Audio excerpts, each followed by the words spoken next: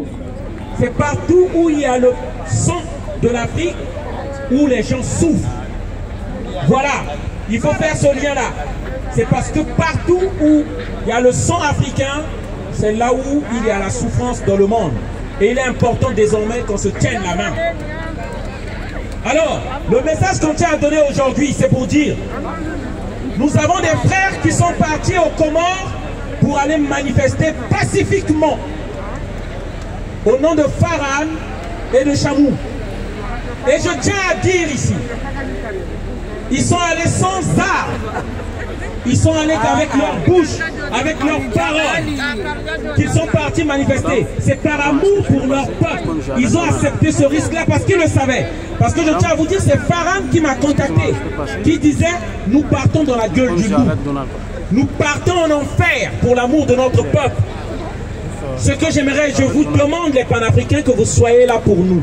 C'est pourquoi je suis là. Je tiens à vous le dire, c'est Farhan qui m'a contacté, sinon je n'allais même pas savoir cet événement-là. Ce que la diaspora a peur de faire, ce que nous avons peur de faire même, que ce soit les résistants ivoiriens, les résistants camerounais, les résistants congolais, les résistants comoriens de la diaspora ont pu le faire.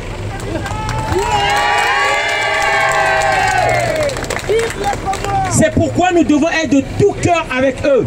Et il est temps qu'on oublie nos différends. Merci, monsieur. Bravo, bravo, bravo. Il y a des moments qu'il faut oublier les différends et se concentrer sur l'ennemi commun. Et tous les peuples qui réussissent à faire ça, c'est pourquoi ils sont devant. Lorsqu'on attaque leur peuple, ils oublient leurs différends, ils se mettent ensemble. Merci, monsieur. Et les Africains aujourd'hui, il faut le dire, si nous sommes les derniers, parce que nos différences sont prioritaires par rapport à notre objectif. On est d'accord. Et c'est pourquoi je dis, il est temps qu'on cesse les égos. Il est temps qu'on oublie les problèmes et qu'on se mette ensemble. Et je tiens à dire ici, le discours qu'il y aura ici, c'est pas un discours de pitié, c'est pas un discours de victimaire. Nous devons dire au gouvernement des Comores que c'est dans la paix qu'on est venu. Nous avons le droit de parler des problèmes qui ne vont pas aux Comores. Il n'est pas normal qu'on interdise aux citoyens comoriens de manifester ce qui est notre premier droit. Lorsque le pays ne va pas, il est normal qu'on puisse parler.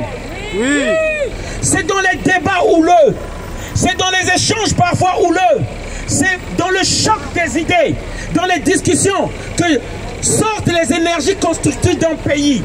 Donc les désaccords, c'est normal pour la construction des Comores. Oui, c'est ça. Et le gouvernement comorien doit l'accepter.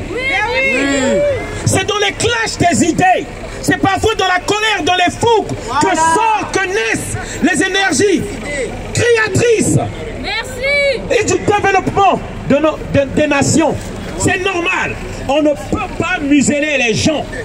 C'est pourquoi nous disons au gouvernement comorien, dans 48 heures, sans délai, sans condition, si nos frères ne sont pas libérés, la prochaine manifestation, nous allons envahir l'ambassade des Comores.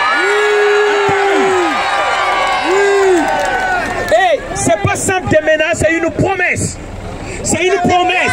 Et nous appelons à tous les Comoriens de France qui ont encore la dignité d'être Comoriens, qui ont encore la dignité d'être Comoriens, de nous rejoindre afin que ce gouvernement voie ce qu'ils n'ont jamais vu, ce qui ne s'est jamais passé aux Comores. C'est le message que nous tenons à passer. C'est le message des panafricains. C'est le message des combattants, s'ils n'ont jamais entendu parler de ce nom-là. C'est le message. Ce qui arrivera, arrivera. Nous demandons simplement, sans violence, la libération de nos frères. Et que ce message soit relayé partout dans les Comores. Oui. Que tous les citoyens comoriens nous écoutent. L'heure n'est plus à la peur. L'heure n'est plus à la peur, on vous a assez muselé. L'heure est pour chaque citoyen comorien de demander sa dignité. Et il est temps qu'on se lève tous. Et je tiens à féliciter les Mabéjas. Je tiens à féliciter tous les Mabéjas. arrêté. À tout seigneur, tout honneur, il faut leur accorder ça. Ils n'ont jamais arrêté. J'ai jamais vu Sfaran arrêter. Voilà, à tout seigneur, tout honneur. Il faut qu'on ait la capacité de reconnaître ce qui est bien chez l'autre. Il faut qu'on ait la capacité de reconnaître les mérites des autres. La haine ne nous sert à rien, la jalousie ne nous sert à rien que de nous faire descendre en bas. Voilà le message que je voulais faire passer ici. C'est pourquoi je dis, la ligne est qu'on ne demande pas le monde, on ne demande pas la pitié. Nous sommes dans nos droits. Ces frères-là sont partis demander simplement de manifester pacifiquement. Ils sont allés sans armes. Donc, il n'était même pas question de les arrêter. Si le gouvernement comorien estime qu'ils ont raison, s'ils estiment que le peuple est de leur côté, alors qu'il laisse s'exprimer le peuple comorien. Merci. Voilà. Est-ce que les Comoriens sont là? Oui. Est-ce que le peuple africain est là? Oui. Est-ce que les révolutionnaires comoriens sont là? Oui. Est-ce que les Mapedja sont là? Oui. Merci, merci, merci encore. Merci.